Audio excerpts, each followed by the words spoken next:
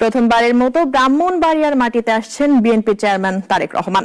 তার জনসভাকে সামনে রেখে দলীয় নেতাকর্মীদের মাঝে বিরাজ করছে ব্যাপক উচ্ছ্বাস।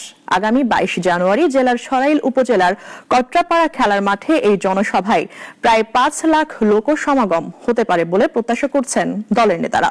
আবুল হাসনাত মোহাম্মদ রাফির রিপোর্ট, জানাচ্ছেন ইসরা জাহান।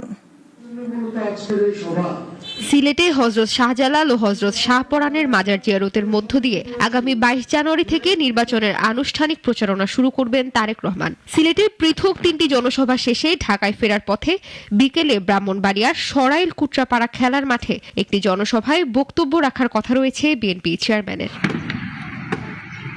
তারেক রহমানের এই জনসভাকে ঘিরে ব্রাহ্মণবাড়িয়ায় বিএনপির প্রস্তুতিও চলছে জোরে সোরে। দলীয় নেতাকর্মীদের মাঝে দেখা যাচ্ছে ব্যাপক উৎসাহ উদ্দীপনা। দফায় দফায় চলছে প্রস্তুতি সভা। চেয়ারম্যান হিসেবে উনি দায়িত্ব পাওয়ার পর যেহেতু ব্রাহ্মণবাড়িয়া এটা ওনার প্রথম সভা, আমরা যাচ্ছি এই প্রথম সভাটাকে স্মরণীয় করে রাখতে। আগামী 22 তারিখ যে সমাবেশটি হবে, ওই সমাবেশটি স্মরণকালের সর্ববৃহৎ সমাবেশ করে আমরা প্রমাণ করে দেব এই ব্রাহ্মণবাড়িয়ার মাটি জনাব তারেক রহমানের ঘাঁটি। ব্রাহ্মণবাড়িয়ার 6টি থানা এবং 7টি ইউনিট সহ আমরা একটি ব্যাপক একটা শোডাউনের মাধ্যমে আমরা ওই জায়গাতে উপস্থিত থাকব।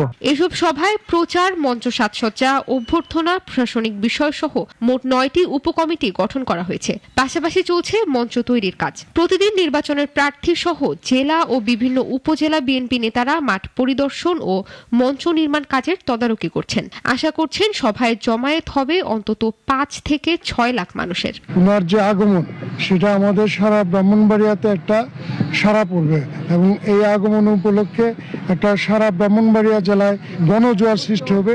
সেই গণজোয়ার যাতে আমাদের ব্রাহ্মণবাড়িয়ার প্রতিটি মানুষের কাছে যা পৌঁছায় সেই জন্য আমরা এই প্রস্তুতির জন্য আমরা এসেছি। আমার ধারণা এটা আমাদের প্রায় 5 থেকে 6 লাখ লোকের একটা জনসমাবেশ আছে।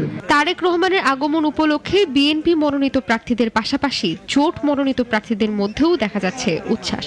আমরা দলমত নির্বিশেষে এবং বিশেষ করে বিএনপি, তার অঙ্গ সংগঠন সমূহ এবং আমার জমিয়তুল উলামা ইসলাম এবং এখানকার উলামায়ে কেরাম সকলে মিলেমিশে আমরা ব্যাপক প্রস্তুতি নিচ্ছি এবং সেটা প্রস্তুতি যখন শেষ হবে তখন আপনারা দেখতে পারবেন আমাদের প্রস্তুতিটা কেমন হয়। আসন্ন জাতীয় সংসদ নির্বাচনকে সামনে রেখে দিক নির্দেশনামূলক বক্তব্য দিবেন তারেক রহমান, আর সেই অনুযায়ী কাজ করবেন নেতাকর্মীরা, এমনটাই প্রত্যাশা ব্রাহ্মণবাড়িয়াবাসীর। ইশা জাহান, নাগরিক।